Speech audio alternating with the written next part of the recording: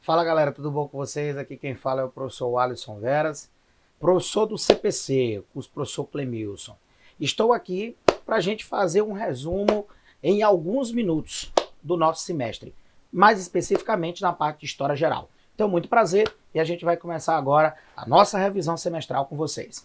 Vamos lá mostrando o que é que de mais importante a gente trabalhou nesse semestre aqui no CPC. Então vamos lá. Primeiramente, trabalhei com os alunos a questão da historiografia. E nessa questão historiográfica, é bom que vocês sempre se adequem a perceber a característica das três mais importantes correntes historiográficas, não é isso?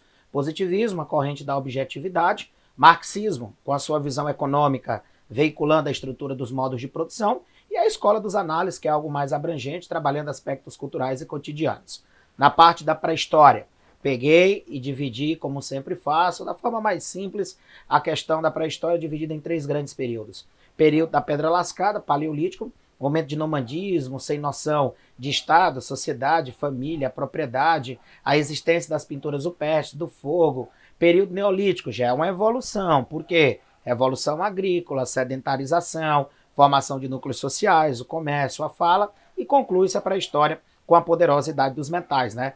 Período onde você vai ter o surgimento da moeda, aperfeiçoamento de armas, que servirá, obviamente, para a dominação, a revolução urbana, que é a expansão dos núcleos sociais, que começam a surgir já no período neolítico, e, por fim, a criação do Estado e da escrita, que é o que burocratiza, o que de fato consolida a organização da história. Ou seja, de acordo com a estrutura historiográfica tradicional, a escrita simplesmente separa para a história da história, mas quando você estuda, você percebe que a escrita é apenas mais uma das etapas que simplesmente separa a estrutura da pré-história para a história. Lembrando que esse termo pré-história, para muitos historiadores, né, como eu sempre trabalho, é um termo pejorativo, porque parece que esse período da história praticamente não ofereceu nada ao homem, o que a gente sabe, o que é uma incoerência, um fake news dos mais absurdos possíveis, porque é um dos momentos mais importantes da história e, ao mesmo tempo, é um dos maiores períodos.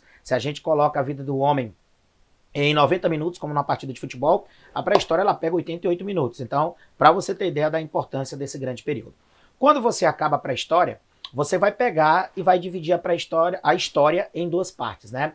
Acabou a pré-história, aí você evolui para a história e você divide Antiguidade Oriental, Antiguidade Ocidental. Na parte da Antiguidade Oriental, que é o que você chama de civilizações do Crescente Fértil, baseando-se no modo de produção asiático. Professor, o que é isso?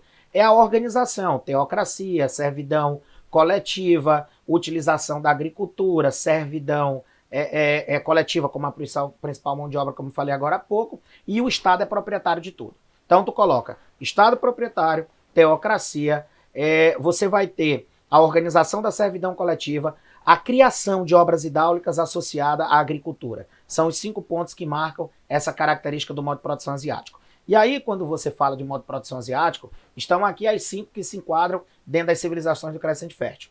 Egito e Mesopotâmia, que são consideradas duas mais importantes, obviamente pelo gigantismo, o Egito, por toda a sua mega estrutura, as pirâmides, todo o legado que deixou e o rio Nilo poderosíssimo que fez com que aquela civilização se desenvolvesse.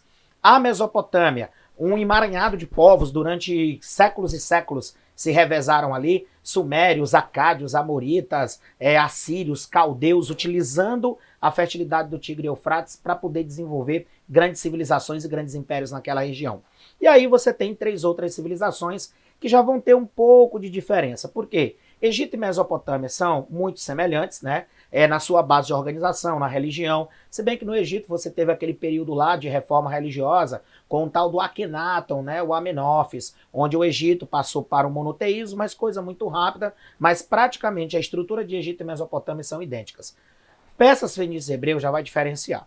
Os persas, eles formaram o maior império da Antiguidade Oriental, conquistando todas as civilizações do Crescente Fértil, eram dualistas, aquela visão maniqueísta de bem e mal, e tem uma grande guerra entre eles, que é a guerra médica, as guerras médicas, que é um grande confronto entre Ocidente e Oriente, entre os persas orientais e os gregos ocidentais. Então, é a primeira grande guerra que a gente tem da história entre os dois mundos. Fenícios, destaca-se pela sua estrutura talassocrata, ou seja, um comércio marítimo muito forte, cidades-estados, interdependência entre elas e principalmente pela construção do seu alfabeto fonético.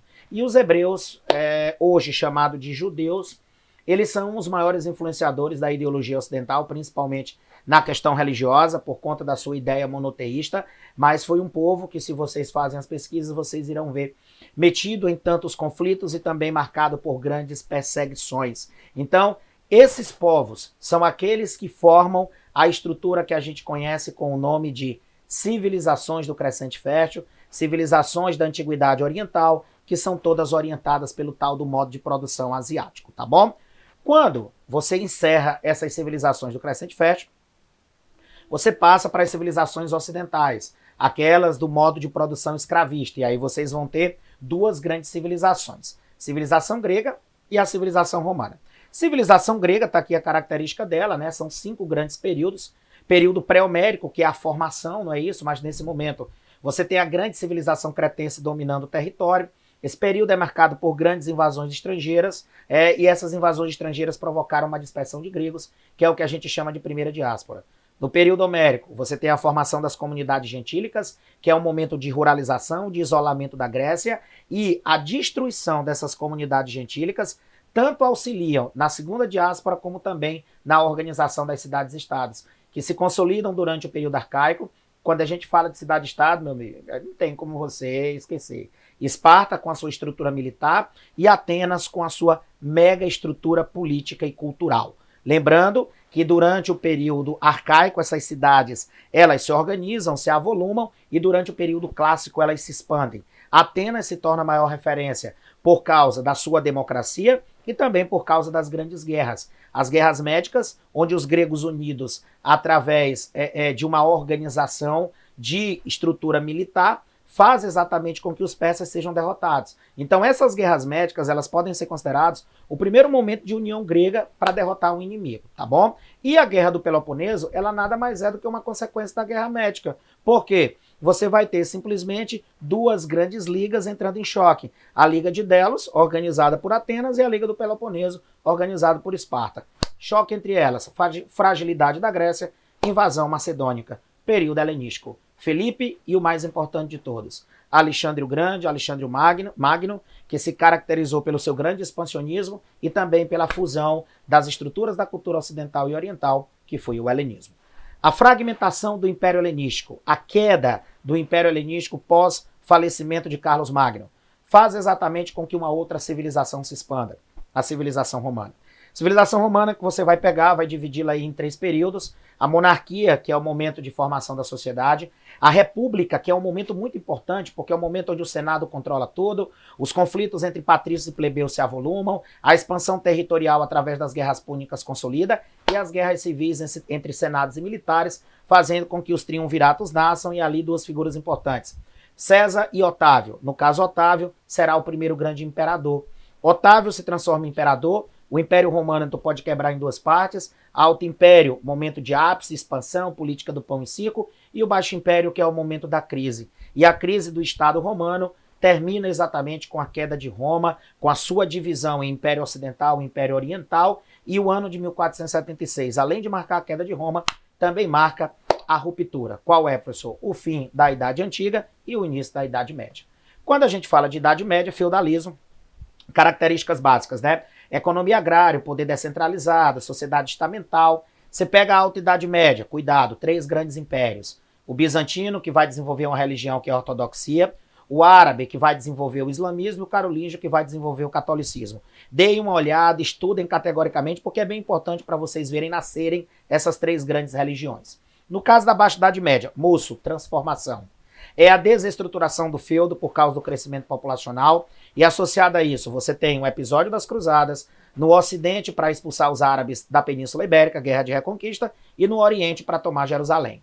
Maior consequência dessas cruzadas, renascimento comercial e urbano, com a ascensão da burguesia, formação das monarquias nacionais com o rei novamente voltando a ter poder, e o final da Idade Média é marcado pelo desenvolvimento de uma forte estrutura cultural, né, na arquitetura românica e o gótico, surgimento de universidades, artes, todo esse grande desenvolvimento. E a Idade Média, ela se encerra com a grande crise do século XIV. A peste, a fome e a guerra, que matou praticamente quase metade da população europeia e faz com que a Europa simplesmente chegue ao fundo do poço. E o ano de 1453, ele é marcado pela queda de Constantinopla, pela invasão dos turcos otomanos, e a queda de Constantinopla também põe um fim na Idade Média. Quando a Idade Média se encerra, a gente chega na Idade Moderna. Idade Moderna, que eu dividi em duas partes, século XV e o século XVII, então pega esse período histórico do XV ao XVII, onde você vai ter o desenvolvimento, o renascimento cultural. Você pega o renascimento, você vai ver que ele se divide em três partes, 300, 400 e 500, sendo que durante o período da Idade Moderna, ele chegou ao ápice ali no 500, com Michelangelo, com Leonardo da Vinci e tantas outras figuras importantes. Antropocentrismo, naturalismo, hedonismo, cientificismo, característica básica. Pegando no mesmo patamar, reforma religiosa, surgimento de três grandes religiões que romperam com a Igreja Católica por conta da questão da corrupção e de toda a má organização da Igreja Católica nesse momento. Três grandes religiões nasceram. O luteranismo, com apoio dos nobres, o calvinismo, uma religião burguesa, e o anglicanismo, uma religião real. E obviamente que com essas três reformas surgindo, você vai ter uma perda de fiéis e a Igreja Católica faz a contrarreforma para poder reconquistar. Os jesuítas importantíssimos para isso.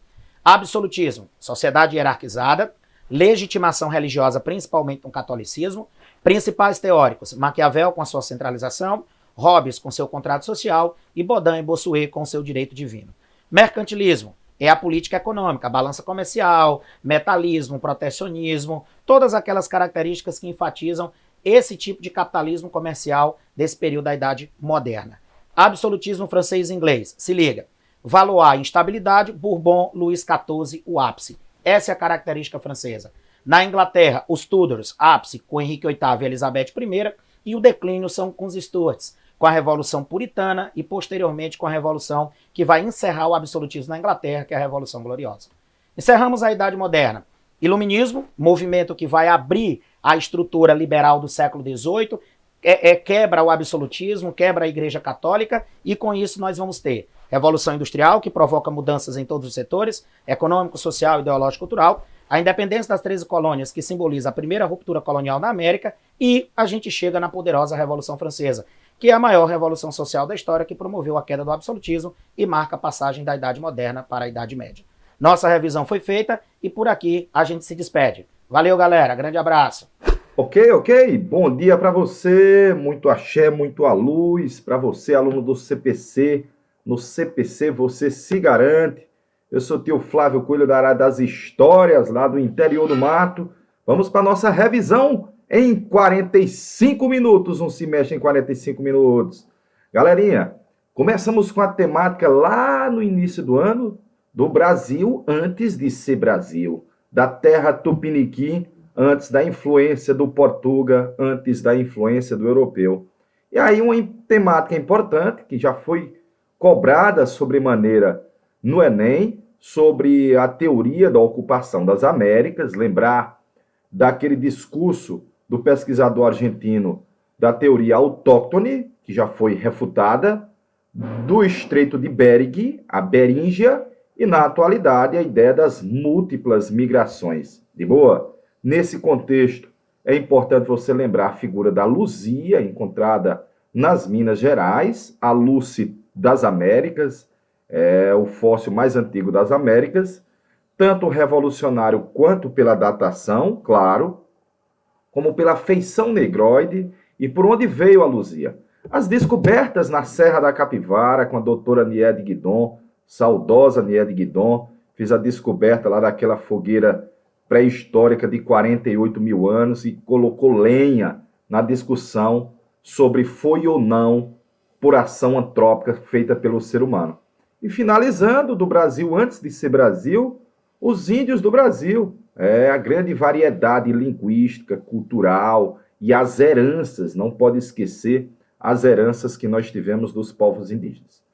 Brasil sob a influência dos portugueses, aí as grandes navegações, os portugueses estavam indo rumo ao Oriente, em busca das especiarias, em busca de riquezas, de glória, e nesse contexto, os portugueses passaram pelo Brasil, indo para o Oriente, a descoberta feita pelo meu amigo Cabral, que vai permitir uma integração econômica vai permitir uma integração econômica e também uma ligação cultural dessa parte da América à Europa, no caso a Portugal. Ao mesmo tempo, começa um infortúnio, começa o genocídio dos povos nativos, dos povos indígenas.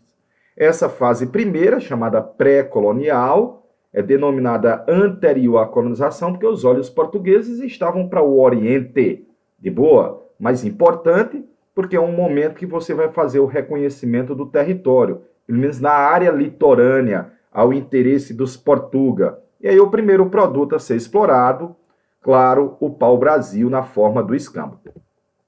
Visto isso, o Brasil se transforma numa América portuguesa. O nosso território passa a ser de Portugal. E aí a coroa portuguesa, para poder facilitar, agilizar a ocupação do território, dividiu o Brasil em capitanias hereditárias, as donatárias, tendo como destaque a capitania do Pernambuco, de São Vicente e da Bahia, não é isso? A Bahia de Todos os Santos.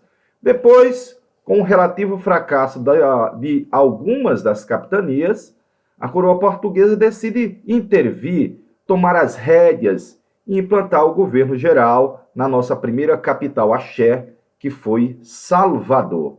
Lembrar que a nível local é o poder de mando que você tinha das câmaras dos homens bons, o poder dos coronéis, as câmaras municipais. De boa? O Brasil foi transformado numa fazendona até hoje. Até hoje, o Brasil transformado numa fazendona. Começou com atividade açucareira, para atender uma demanda alienígena, não nossa, não de interesses tupiniquins, mas alienígena. 2, porque tínhamos e temos as condições favoráveis para a produção na agricultura. Moro num país tropical, abençoado por Deus, clima, solo, chuvas. Criou a tradição agrária, que foi um discurso utilizado ao longo da história e ainda hoje o é. Que o país tem uma tradição de produzir na agricultura e lembrar que começou aí com o açúcar, com o leme, latifúndio, exportation, monocultura, escravidão, está na base lá, olha. Base da economia, base do trabalho, base da sociedade, mão de obra escrava. No geral, o Brasil se transforma num tradicional fornecedor de gêneros primários, como ainda praticamente nós o somos. A escravidão negra. Notadamente, nós estamos reinserindo o sistema escravista em larga escala, só que a escravidão étnica, de cor, um pouquinho diferente do que fora a escravidão lá na época de Roma e de Grécia. Principalmente agora, para atender aos interesses mercantilistas, os interesses comerciais, os interesses que você tinha econômicos, das monarquias europeias e dos comerciantes das monarquias europeias. De boa? Lembrar dos horrores, dos absurdos, das absurdidades. Escravidão é doloroso, no corpo e na alma, que resultou em várias N formas de resistência dos negros à escravidão. Então tá a imagem aí do meu amigo Rugendas, o engenho de açúcar, que você vê dois elementos que foram característicos da economia brasileira por quase 400 anos. A escravidão e a atividade açucareira. Vamos fermentar a terra tupiniquim, a terra brasileira, ela vai aumentar, ó, fermentação. Período da União Ibérica. Período da União Ibérica. No período da União Ibérica, Portugal e Espanha, a mesma coroa, domínio filipino, domínio dos Habsburgos, domínio espanhol. Notadamente, os inimigos da Espanha passam por tabela a ser inimigos de Portugal, e dois, em essência, fizeram invasões no território brasileiro em uma espécie de retaliação a essa rivalidade com a Espanha. Foi a França, que veio ali para o Maranhão, já o havia vindo outrora para o Rio de Janeiro, mas a vinda para o Maranhão é no contexto da União Ibérica, e depois os Holanda, os Flamengo. Os Holanda, os Flamengo. De boa? Mas a época da União Ibérica, é importante que você deve lembrar que, como é Portugal e Espanha o mesmo monarca, não há Tordesilhas. Então, olha, nós vamos ajudar a vergar Tordesilhas, vamos fermentar o território. É o processo de interiorização, de conquista do interior, de expansão, de dilatação da terra tupiniquim, da terra brasilis. A atividade pecuarista, fundamental para a ocupação das áreas de interior, tanto de Nordeste como também da região Sul. Lembrar que o gado foi trazido para assessorar a atividade açucareira, era uma atividade complementar, e vai ser criado o gado para atender uma demanda intestinal, uma demanda interna. De boa? 2. A ação dos bande de São Paulo. Os bande, vistos enaltecidos lá no Parque do Ibirapuera, Victor Brecheret, monumento às bandeiras, como desbravadores, conquistadores. Mas muitas vezes você deve lembrar que os bandeirantes também o foram, assassínios, exterminaram os tribos indígenas, destruíram formações quilombolas. Então lembrar dessa dicotomia ligada à figura dos bandeirantes de São Paulo de Sumpa. Visto isso, o ouro, as minas, ouro de tolo.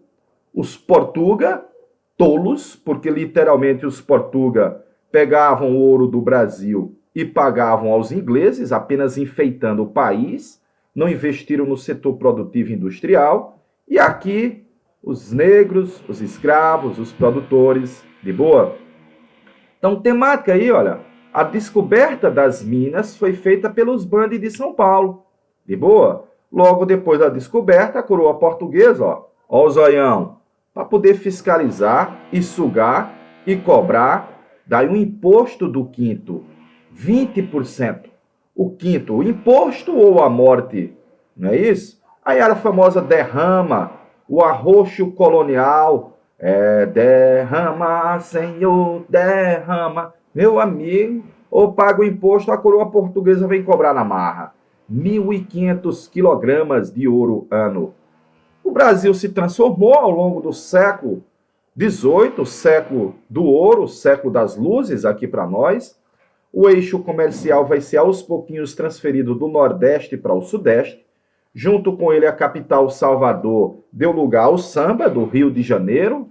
Um volume de escravos para o Brasil aumentou mais ainda, porque as minas demandavam essa mão de obra. E, claro, o novo foco passou a ser a região Sudeste. Lembrar que é muito importante, já foi muito cobrado. As minas deu um nó no Brasil e intensificou o comércio intestinal, um comércio interno, o comércio tupiniquim. De boa? Brasil em anos rebeldes, antes do regime militar. Brasil em anos de resistência, em anos de contestação. Primeiro, as revoltas nativistas, que não tinham o verniz iluminista, não era peitadora, não questionava o domínio metropolitano, não queria acabar com o controle português sobre a colônia. Aí as revoltas separatistas, segunda metade do século XVIII, influências iluministas, as ideias externas alienígenas, o exemplo dos Estados Unidos, a Revolução Francesa, os haitianos, isso vai chegar ao Brasil. Então nós temos duas grandes revoltas separatistas mais cobradas e uma dicotomia entre elas, a mineira elitista e a baiana de mais cunho popular. Notadamente, as duas eram anticoloniais porque queriam romper com o pacto e são republicanas porque falam em proclamar uma república. Finalmente, a família real está chegando no Brasil. Nós vamos romper com a pátria-mãe, romper com o pacto colonial. Melhor dizer, romper com o pacto colonial. A família real portuguesa está chegando no Brasil e nós vamos ter uma inversão de papéis. Literalmente, Portugal passa a ser submissa aos interesses do Brasil, como se fosse colônia, e o Brasil como se fosse a metrópole. Então aí vai abrir o caminho para a nossa independência. O fim do pacto colonial, com o decreto de abertura dos portos. O Rio de Janeiro passou a ser a sede de todo o Império Português. O Dom João foi coroado no Brasil e o Brasil é levado à condição de Reino Unido. Notadamente, vai acelerar mais ainda a nossa independência os acontecimentos em Portugal em 20, porque eles queriam rebobinar a fita e voltar ao Brasil ser submisso aos ditames do pacto colonial. Nós não vamos aceitar. As elites vão apoiar o Dom Pedro, que não vai romper apenas com o pacto, vai fazer a independência do Brasil em 22, né não? Uma espécie de acordo entre o pai, Dom João, e o filho, Dom Pedro, e as elites momentaneamente apoiando Dom Pedro I. Então, do primeiro reinado, galerinha, muito importante, a Constituição de 24, que é a primeira das nossas 7 constituições, de boa, a única que teve 4 poderes, o poder macro, o moderador, de uso exclusivo do imperador, o catolicismo, e havia certa liberdade religiosa, o direito ao voto, mas ele era censitário, e mantém, evidentemente, os elementos que você ainda vai ter por durante muito tempo no Império Brasileiro. A escravidão, o latifúndio, a exclusão. Brasil, meu Brasil brasileiro não mudou muito. Manteve a escravidão, não havia democracia e havia o domínio da aristocracia. De boa? Show, show, show. Um grande abraço, viu, galera? Aí para você, curta suas férias sem perder o foco. Até agosto. Olá pessoal, eu sou o professor Alexandro e convido vocês a virem comigo juntos agora numa revisão dos principais conteúdos de Sociologia do primeiro semestre de 2020. Então vem comigo agora que nós vamos começar a revisão de Sociologia. Gente, dentre os conteúdos abordados, o primeiro que eu destaquei foi um conteúdo que trata dos sociólogos clássicos, dos estudiosos da sociologia no período clássico. Então, nós temos 4 imagens aqui, né? Nós temos 4 personalidades. Nós temos o Augusto Comte, o Émile Durkheim, o Karl Marx e o Max Weber. Sobre o Comte, eu posso dizer para vocês que ele não chegou a elaborar um objeto de estudo específico para a sociologia. No entanto, foi o Comte, através da sua teoria do positivismo, que elaborou uma visão de mundo, uma visão de conhecimento, onde, segundo ele, o fato de conhecer, o ato de conhecer, se desenvolvia de forma hierárquica. E nós teríamos passado por 3 grandes estágios de conhecimento. Um primeiro estágio seria o religioso, um segundo estágio, o metafísico ou filosófico, em um terceiro e último estágio, o positivo ou científico. Na concepção do Augusto Comte, os estágios anteriores, a saber, a religião e a filosofia, não representavam conhecimento seguro, cabendo à ciência, ao conhecimento positivo, resolver os dilemas que a sociedade enfrentasse. Era pela ciência e só pela ciência que nós conseguiríamos chegar ao conhecimento verdadeiro das coisas. O lema da nossa bandeira do Brasil, ordem e progresso, é um lema positivista,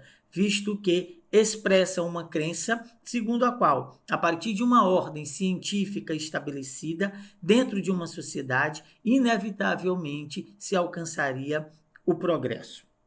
Depois do Comte, gente, veio Durkheim. Durkheim também era positivista. Só que o Durkheim conseguiu estabelecer um objeto de estudo para a sociologia. E o Durkheim disse que o objeto de estudo da sociologia deveriam ser os fatos sociais. Esses fatos sociais são definidos por 3 características. A coletividade ou generalidade, visto que valem para todos ou para a imensa maioria. A coercitividade, porque são forçosos, são impostos. E a exterioridade, porque são elaborados, definidos, cobrados e fiscalizados independente da tua vontade. Então, são exteriores ao que você acha. Na visão do Durkheim, o objeto de estudo da sociologia deveria ser, portanto, essas maneiras coletivas de pensar, sentir e agir. Uma outra observação que a gente precisa fazer dentro da teoria do Durkheim é sobre o conceito de solidariedade ou coesão. Existem 2 tipos de coesão na teoria do Durkheim. A primeira, que é a solidariedade mecânica, característica das sociedades pré-industriais, onde a união dos indivíduos em sociedade era possibilitada pela tradição.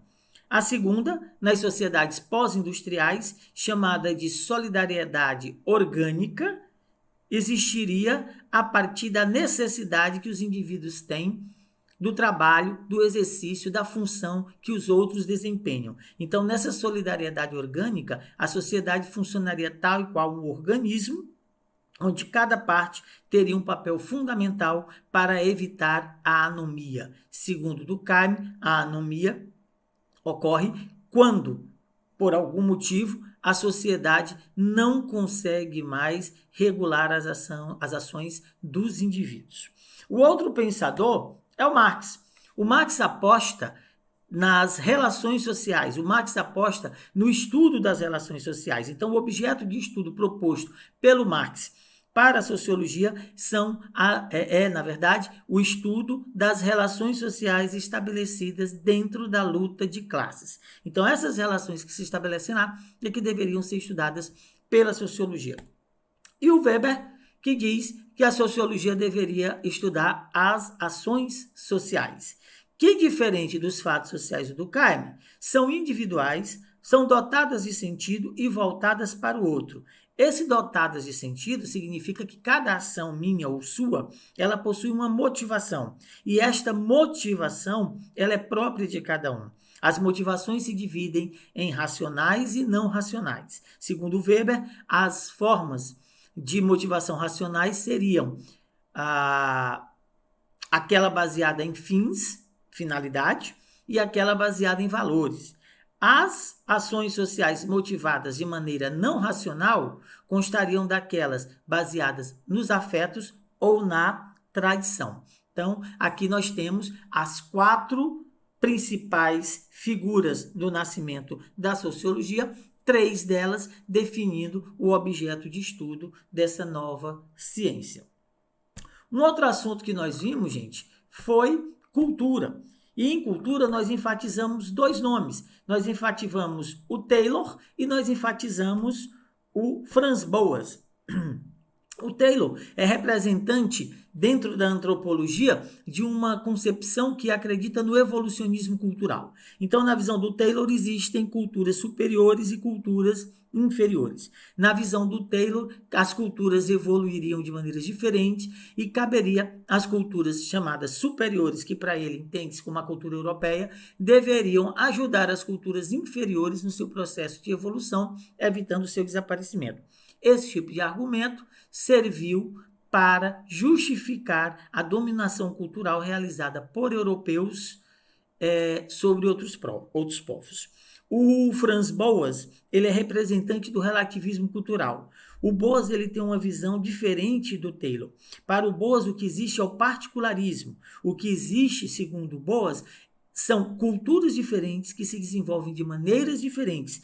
Portanto, não existiria uma relação de hierarquia, de superioridade ou de inferioridade entre as culturas. Bom lembrar a vocês que dentro dessa concepção de evolucionismo cultural, eu posso desenvolver uma espécie de visão etnocêntrica sobre o mundo, onde a minha visão de mundo, a minha cultura é superior a todas as outras. Vocês têm na imagem aí um exemplo disso, né? Em que um determinado credo se coloca como superior ao outro. E aqui você tem um exemplo de relativismo cultural, onde se mostra na imagem que existem, sim, diferentes culturas, mas que essas culturas não podem ser concebidas como superiores ou como inferiores, mas apenas como particulares, como diferentes.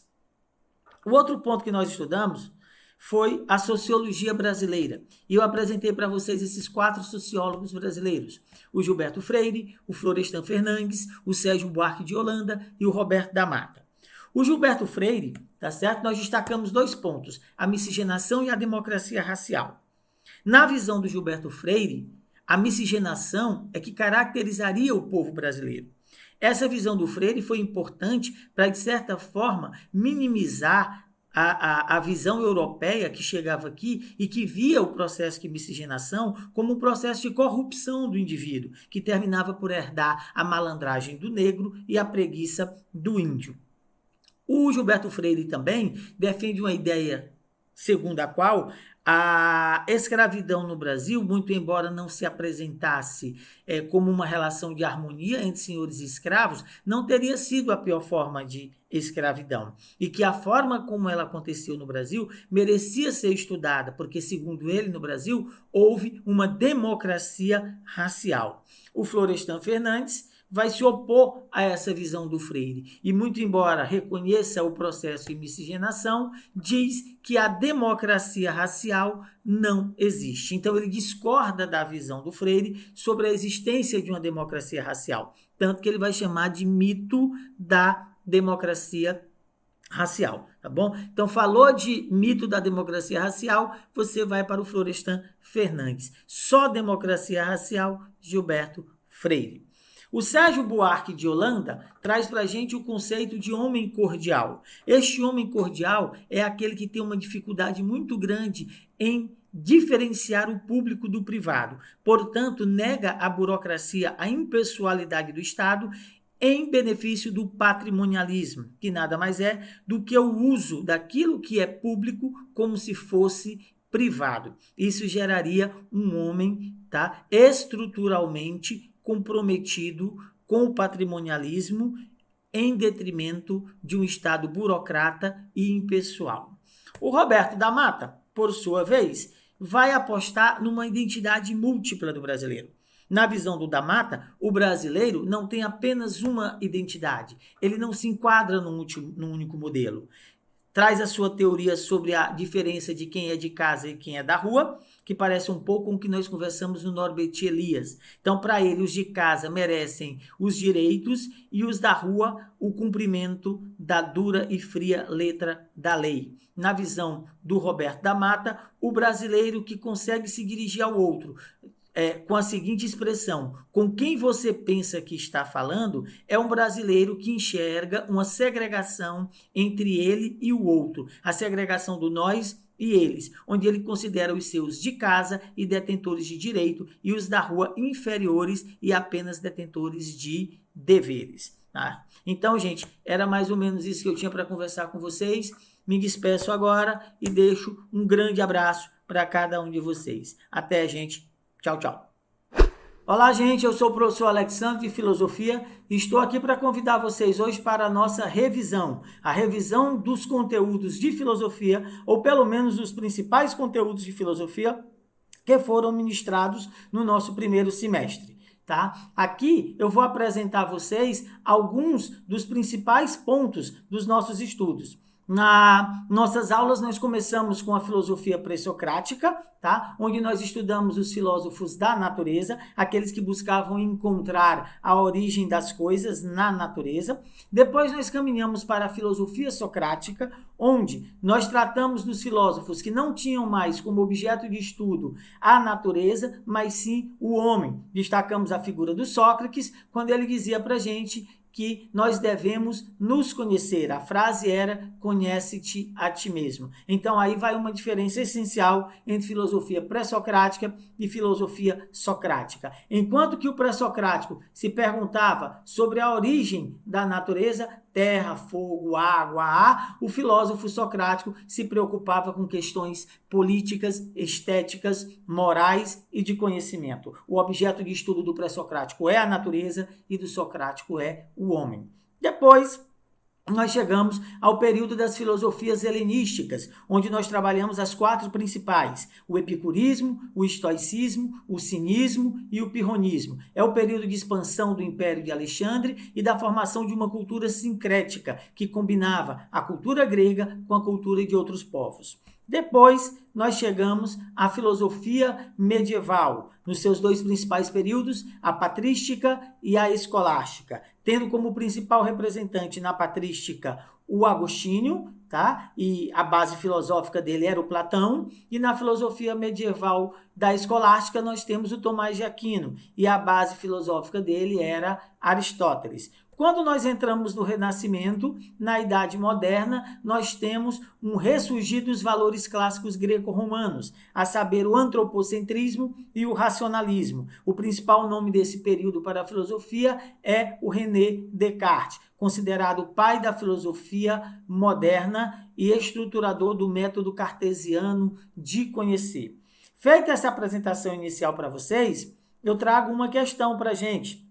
Queria lembrar os senhores e senhoras que essa questão ela é da Universidade de Pernambuco, ela foi adaptada porque o nosso objetivo na resolução dessa questão não é trazer uma questão difícil, não é trazer uma questão que seja complicada a solução, mas optamos por apresentar uma questão que servisse para, através das alternativas, conversar sobre todo esse conteúdo que foi apresentado aqui na nossa introdução.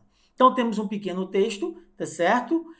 Onde se diz o seguinte: há, pois, uma inseparável conexão entre filosofia e história da filosofia. A filosofia é histórica e sua história lhe pertence essencialmente. E, por outra parte, a história da filosofia não é uma mera informação erudita acerca das opiniões dos filósofos, senão que é a exposição verdadeira do conteúdo real da filosofia.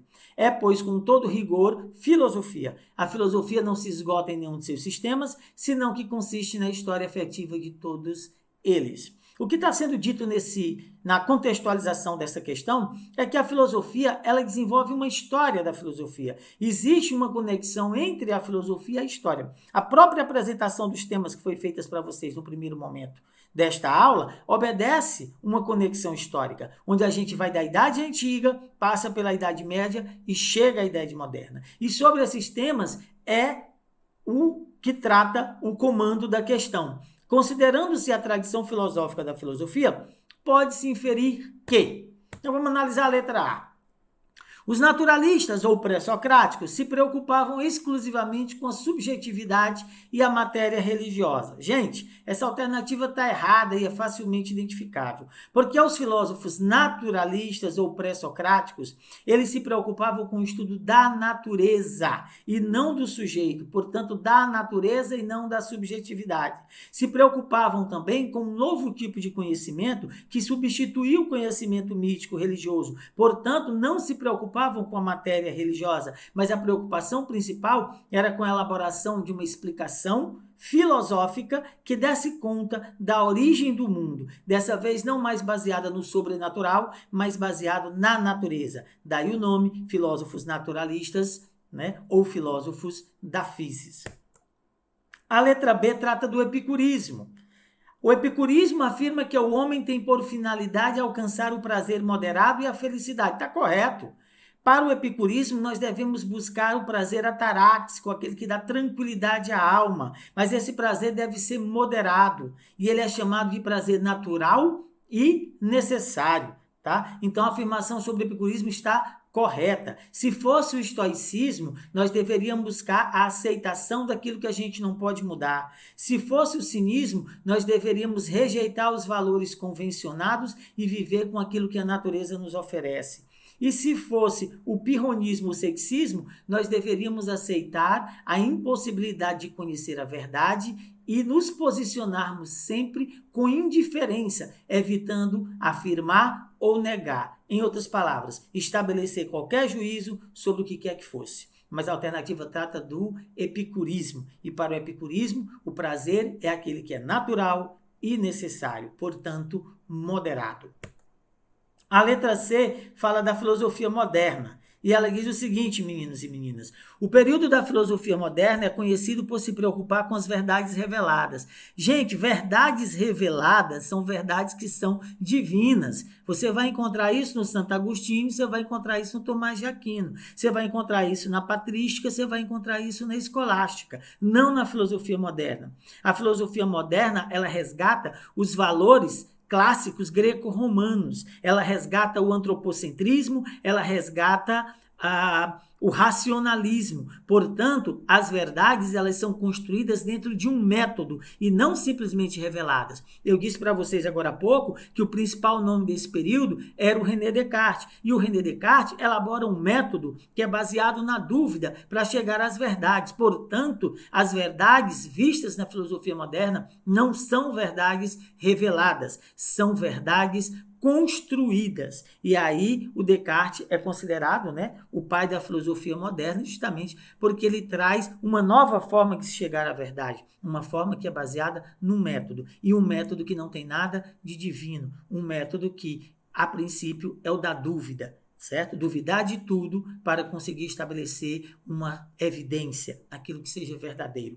Então, a idade moderna não tem a ver com verdades reveladas.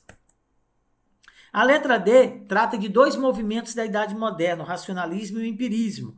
E aqui está dito que eles são fundamentalmente teorias filosóficas voltadas para o estudo e solução de dilemas morais e estéticos. Gente, racionalismo e empirismo são correntes filosóficas modernas que são voltadas para o estudo e solução da seguinte questão: como nós conhecemos? Então, são teorias filosóficas que tratam do conhecimento e não dos dilemas morais e estéticos. A pergunta para eles é se nós podemos conhecer e de que forma nós conhecemos. E o racionalismo vai dizer que nós conhecemos pela razão, principal representante é o René Descartes, e o empirismo vai dizer que nós conhecemos pelos sentidos. Um dos maiores representantes é o John Locke, e vocês não podem esquecer da teoria da tábula rasa, tá certo? E a letra E trata de filosofia política, já no contexto do contratualismo. Aqui está dizendo que, nesse contexto, o Estado é definido como resultado de um desejo divino, voltado para a manutenção da situação de natureza. Gente, o contrato, ele é social, ele não é divino. O contrato é um contrato social. Hobbes, Locke e Rousseau vão dizer que o contrato surge de uma vontade humana, de um desejo de proteção. Portanto, dentro desse contexto, o contratualismo não se define dentro de um cartório divino como resultado do desejo de um ou de vários deuses. O contrato se desenvolve dentro das sociedades a partir do desejo dos indivíduos que querem sentir segurança. Então, tanto faz qual é o pensador, se é Hobbes, se é Locke ou se é Rousseau. O contrato é social e é formado por seres sociais. E voltado para a manutenção da situação de natureza também está errado, porque não é a manutenção da situação de natureza, mas, tá certo? A instauração de uma situação civil, a criação do Estado. Por isso essa alternativa está errada. E agora, aí tem mais ou menos para vocês os pontos de erro marcados, tá? Agradeço a atenção, me despeço nesse momento, desejo a vocês tudo de bom, um forte abraço e até a próxima. Tchau, tchau, pessoal.